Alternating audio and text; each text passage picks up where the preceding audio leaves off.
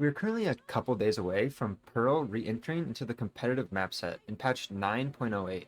They announced that there will be no changes to the map design, which is personally surprising as many people still complained about B when they took the map out previously. For this video, I'll take you through some of the best agents to play, key strategies to use in your games, and a couple of cheesy plays to look out for or abuse yourself. In the first iteration of Pearl, B-Long was super wide, making normal smoke agents unplayable. This was changed, allowing any controller to be viable on Pearl from there on out. However, Viper and Harbor are still absolutely great agents to play. Pearl may actually be the only map in Valorant where Harbor is not only viable, but one of the top controllers.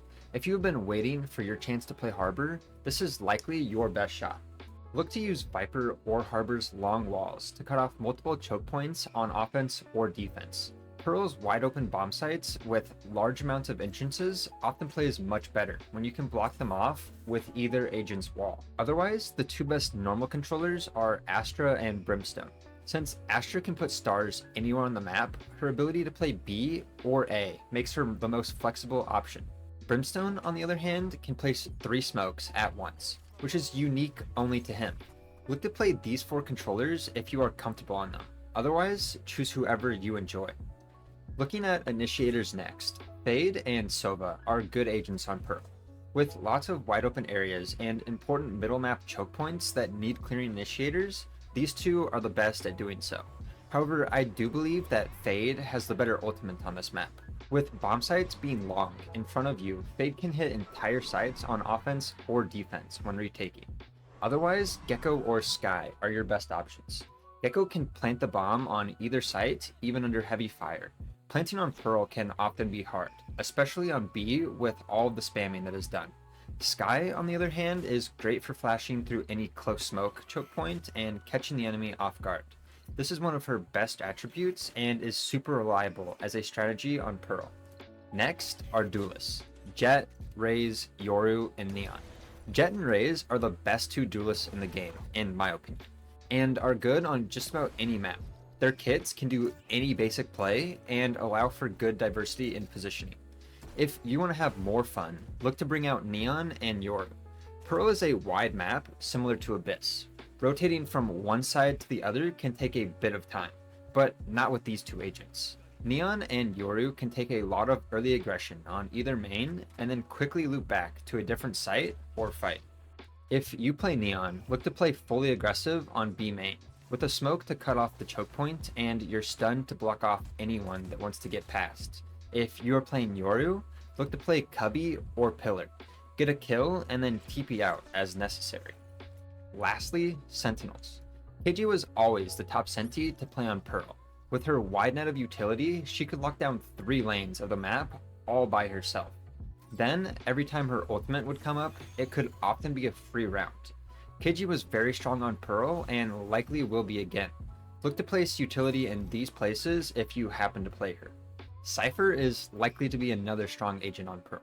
With the heavy lurking style of Pearl, any Sentinel that can hold multiple parts of the map will be stronger than those that can't. I'm sure other Sentinels will be alright, like you could place a Deadlock Trip here, or try to use Bias Wall, be long. But since there are 2 entrances to each site, it will be hard to get great value out of her. Overall, great agent or not, you should always play whatever interests you the most. Just because one agent isn't optimal doesn't mean a one trick can't make them work. Anybody who's played Pearl before knows that if you can get the bomb down in this corner, you have a very high chance of winning the round. The closer you can plant to the far side of B, the better.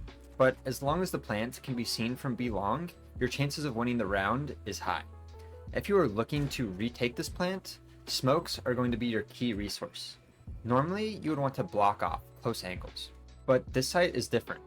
Look to block the left choke point first. This will allow your team to scale up, be long, and have a chance to take out the enemy while somebody defuses the bomb. Another great option on offense is to lurk lane.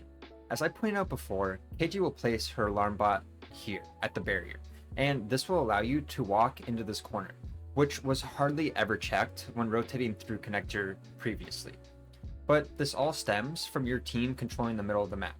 Midmap on Pearl should be dominated by offense, and if it is, you can push through either connector and gain more pressure on the map. As 5-manning a site on Pearl can work, it is often not advised. If you are playing on defense and find that the offense is always taking mid-map to split, look to take control of B main. It actually isn't that hard with most team comps. Smoke the entrance and throw some sort of utility for support.